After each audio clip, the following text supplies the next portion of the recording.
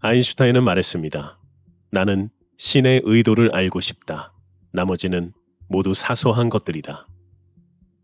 빅뱅으로 약 130억 년 전에 우주가 탄생하고 46억 년 전에 지구가 만들어졌죠. 지구의 인식을 하는 생명체가 살기 시작한 것은 약 6천만 년 전입니다. 그 전까지 지구와 우주를 인식하는 생명체들은 없었죠. 여기서 말하는 생명체는 인간입니다. 인간이 인식을 함에 따라 지구와 우주가 있는 걸까요? 지구와 우주는 그대로 있고 인간이 그걸 인식하는 걸까요? 그럼 지구와 우주는 우리를 인식하고 있는 걸까요? 지구와 우주는 우리를 통해 자신을 인식하고 있는 게 아닐까요? 그렇다면 신도 그런 게 아닐까요?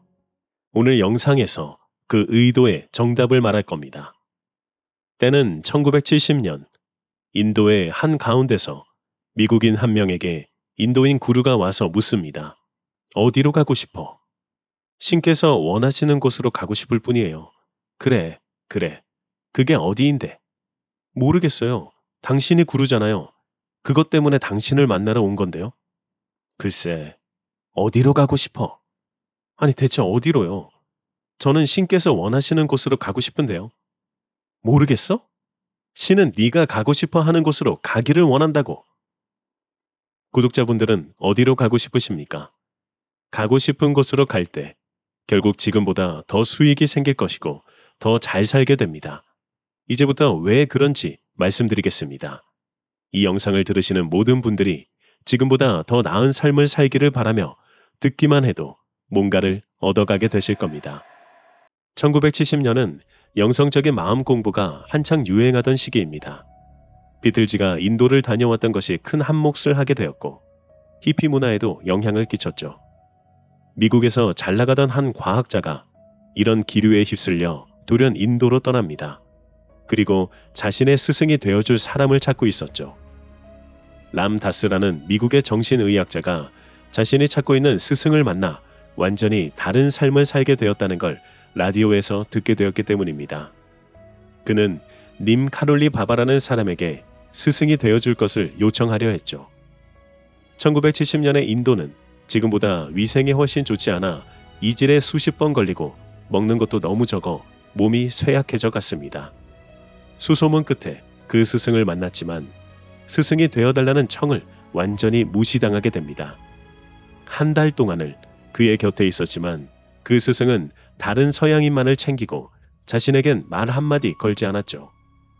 실망하고 돌아가려고 마지막으로 용기 내어 물어봅니다. 저의 스승이 되어주세요. 안 된다. 왜 안 되는 거죠? 너의 스승은 이미 있다. 그게 누구인가요? 예수 그리스도, 예수 그리스도, 예수 그리스도. 마치 자신보다 더 큰 스승을 이미 가지고 있는 것에 대해 분노를 하듯이 외치죠. 안녕하세요. 최희직입니다. 오늘 소개해드리는 책은 구루를 찾아서라는 책으로 스승을 찾아 헤매는 탐험기입니다. 책을 읽다 보면 그 남자에게 동화되어 스승을 결국 찾을 수 있을지에 대한 궁금증과 함께 이 사람이 알 수 없는 힘에 의해 점점 성장하는 이야기를 담고 있습니다. 책이 꽤 두꺼운 편인데도 불구하고 계속 읽게 되는 마력이 있죠. 픽션이 아니라 실화입니다.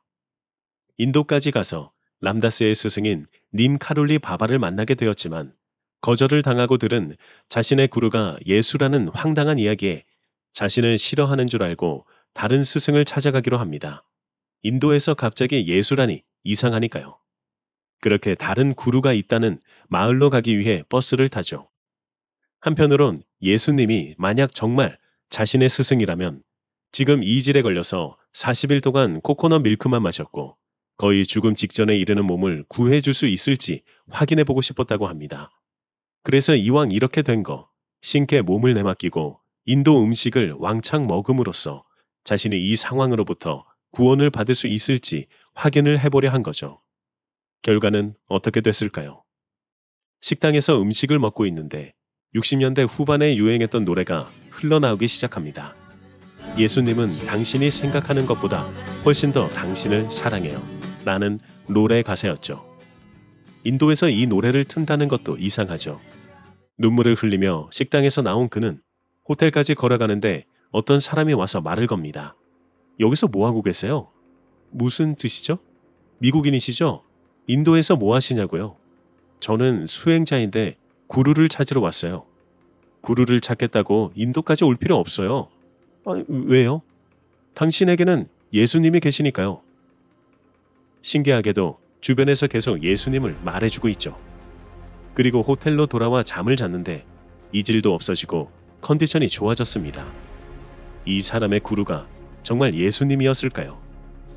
책이 말하는 것은 자신의 구루가 정말 예수님이었다는 걸 말하는 게 아닙니다.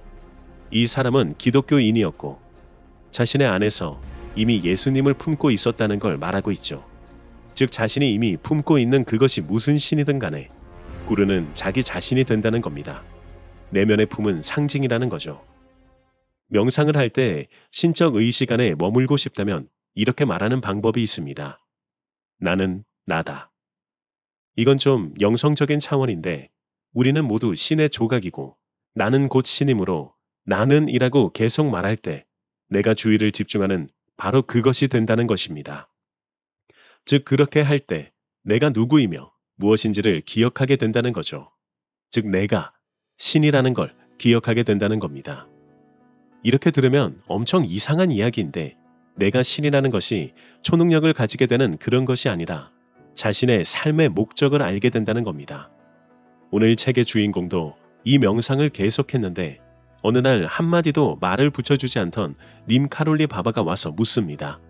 너는 누구냐? 제가 누구냐고요? 그 구루는 더 단호하게 물어봅니다. 너는 누구냐? 저는 한 달을 여기에 있었어요. 그래서 너가 누군데? 남자는 자신이 한 달 동안 여기에 있었는데 자신의 존재조차 모른다는 것에 화가 살짝 나기도 합니다. 하지만 이것이 자신이 명상했던 나는 나다의 답이라는 걸 알게 됩니다. 여러분은 누군가 와서 누구냐고 물으면 어떻게 답하시겠어요? 당연히 이름을 말하겠죠. 그럼 그 이름을 종이에 적으면 그 종이가 내가 되는 걸까요? 아니죠. 이게 바로 자아탐구 영역이 됩니다. 즉 변화무쌍한 것들은 모두 에고이며 변하지 않는 순수한 의식이 바로 내가 되는 것입니다. 그럼 그 순수한 의식이란 뭘까요? 그것이 신이라는 거죠. 초능력을 가지는 것이 아니라 자신의 의식이 신과 연결되어 있음을 말합니다. 나는 나다. 명상은 자신이 신임을 기억하고 자신이 인간 세상에서 할 일을 기억하게 만들어준다고 합니다. 책 속의 남자도 나는 누구인가 명상을 하는데 바로 자아탐구를 하는 겁니다. 이를 통해 인간은 몸과 마음, 에고 너머에 존재하는 영원하고 불변하며 참된 자아를 깨닫게 된다고 책은 말합니다. 저자는 나는 누구인가를 자신에게 계속 물어보았을 때 자기 분석의 과정 자체가 내가 답을 찾을 수 없게 방해하는 것처럼 느껴졌다 라고 말을 합니다. 내가 에고나 에고의 집착이 아니라면, 몸이나 몸의 느낌이 아니라면, 마음이나 마음에서 떠오르는 생각이 아니라면, 느낌이나 감정이 아니라면 나는 무엇인가? 이렇게 계속 질문하는데 갑자기 이런 의문이 듭니다. 누가 이 질문을 하는 것일까? 그는 서서히 마음을 관찰하기 시작했고 문득 궁금한 마음이 들었습니다. 누구지? 빈 곳에서 지켜보고 있는 그 자는 누구일까? 그러다 답이 떠오르죠. 아, 그 자는 모든 질문을 던지고 있는 자아를 지켜보고 있는 나라는 자아군. 이렇게 뻔한 답을 찾으려고 애썼다니 질문도 없고 답도 없는 거였어. 오직 존재만 있을 뿐이지. 공은 아무것도 없는 게 아니라 의식이야. 나와 의식은 하나야. 나는 그것이다. 즉 나는 신이라는 겁니다. 저자의 마음 안에는 이미 예수 그리스도가 자리 잡혀 있었고 인도까지 가지 않아도 자신이 그것이기에, 즉 자신이 예수이기에 자기 자신이 자신의 구루가 될 수 있었음을 말하죠. 이런 스님이 해골물을 드시고 깨달음을 얻은 것처럼 저자도 그렇게 알게 됩니다. 하지만 저자는 그럼에도 불구하고 아직 채워지지 않는 것이 있었죠. 그럼 신이 원하는 것은 뭘까? 바로 이 질문입니다. 아인슈타인도 말했죠. 나는 신의 의도를 알고 싶다. 나머지는 모두 사소한 것이다. 우리가 이 세상에 태어난 이유, 신이 우리를 통해 뭔가를 실현하고자 하는 것, 그것이 도대체 뭘까?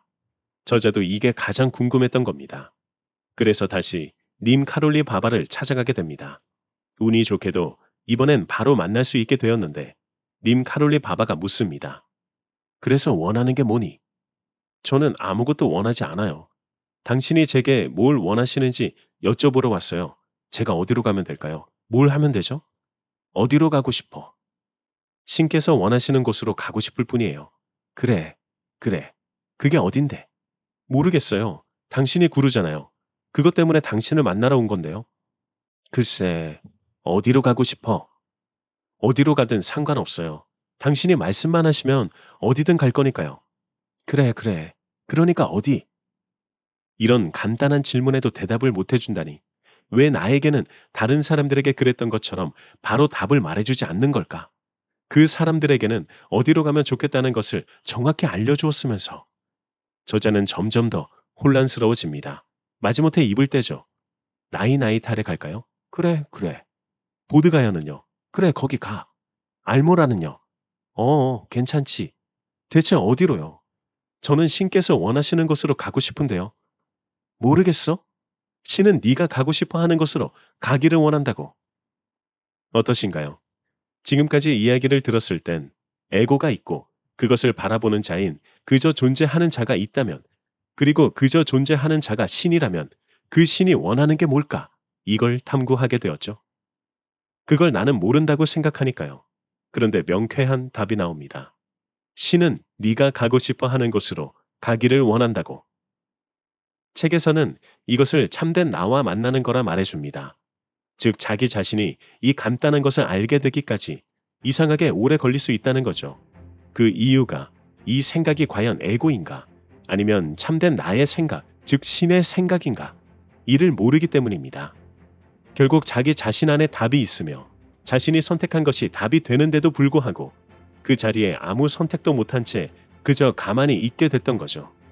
만약 신이 정말 있다면, 그 신이 내 안에도 있다면 그 신은 나를 통해 이 세상을 경험하기를 원하는 게 아닐까요? 이런 말이 있습니다. 빅뱅으로 약 130억 년 전에 우주가 탄생하고 46억 년 전에 지구가 만들어졌죠. 지구의 인식을 하는 생명체가 살기 시작한 것은 약 6천만 년 전입니다. 그 전까지 지구와 우주를 인식하는 생명체들은 없었죠. 여기서 말하는 생명체는 인간입니다. 인간이 인식을 함에 따라 지구와 우주가 있는 걸까요? 지구와 우주는 그대로 있고 인간이 그걸 인식하는 걸까요? 그럼 지구와 우주는 우리를 인식하고 있는 걸까요? 지구와 우주는 우리를 통해 자신을 인식하고 있는 게 아닐까요? 그렇다면 신도 그런 게 아닐까요? 그럼 내가 신이라면 내가 하는 선택을 지지해주지 않을까요? 사회적인 관념에 따라 하고 싶은 걸 억지로 참았던 것, 인간관계의 위치에 따라 하고 싶었던 걸 숨겨왔던 것, 이런 것들이 모두 신이 하고 싶어 하는 것들일지도 모릅니다. 지금 구독자님들께서 하고 싶지만 여건이 잘 안 되어서, 하고 싶지만 돈이 모자라서, 하고 싶지만 안 될 것 같아서 이렇게 생각하고 안 하고 있는 건 무엇입니까? 그게 신이 원하는 겁니다. 그리고 그게 자신이 원하는 겁니다. 그리고 그것이 자신의 인생을 더 가치 있게 만들어줄 겁니다.